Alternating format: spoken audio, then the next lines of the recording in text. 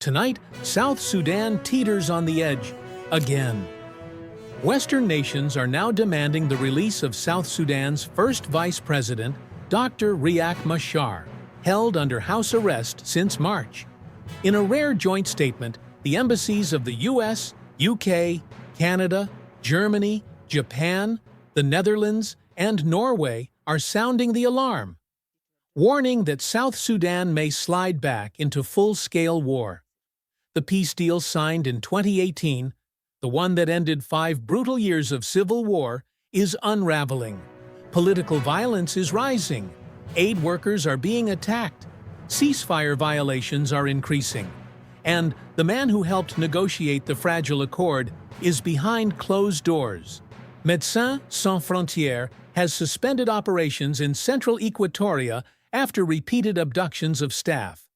Humanitarian workers are under siege. Even medical facilities are no longer safe. These acts deepen the suffering of the South Sudanese people, the embassies say. Now, all eyes turn to the African Union. This weekend, a high-level delegation from the AU Peace and Security Council lands in Juba, tasked with salvaging what remains of the 2018 agreement.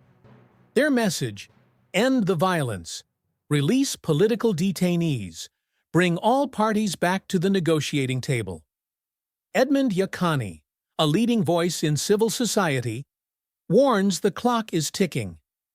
There is a high probability of the country returning to war. Dialogue remains the only viable solution. But while the AU prepares for talks, President Salva Kiir is making his move.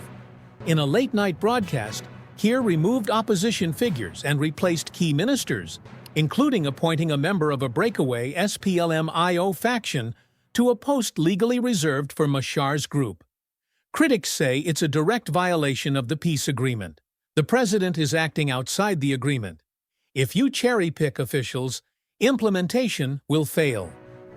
The SPLM-IO is now divided. The government says it can move on without Machar, but Machar's allies and international observers warn this could lead the country straight back into chaos. South Sudan hasn't held general elections since gaining independence in 2011. They were supposed to vote last year. That's now been pushed to 2026, and as deadlines pass and trust erodes, hope fades. The peace agreement isn't dead, but it's in critical condition. Will the African Union help revive South Sudan's fragile peace? Or are we witnessing the final unraveling of a deal that once promised so much? This is a turning point. Stay tuned. This is Shalawood, bringing you stories that matter. Don't forget to like, share, and subscribe. Hit the notification bell to stay updated on the latest news from South Sudan and around the world.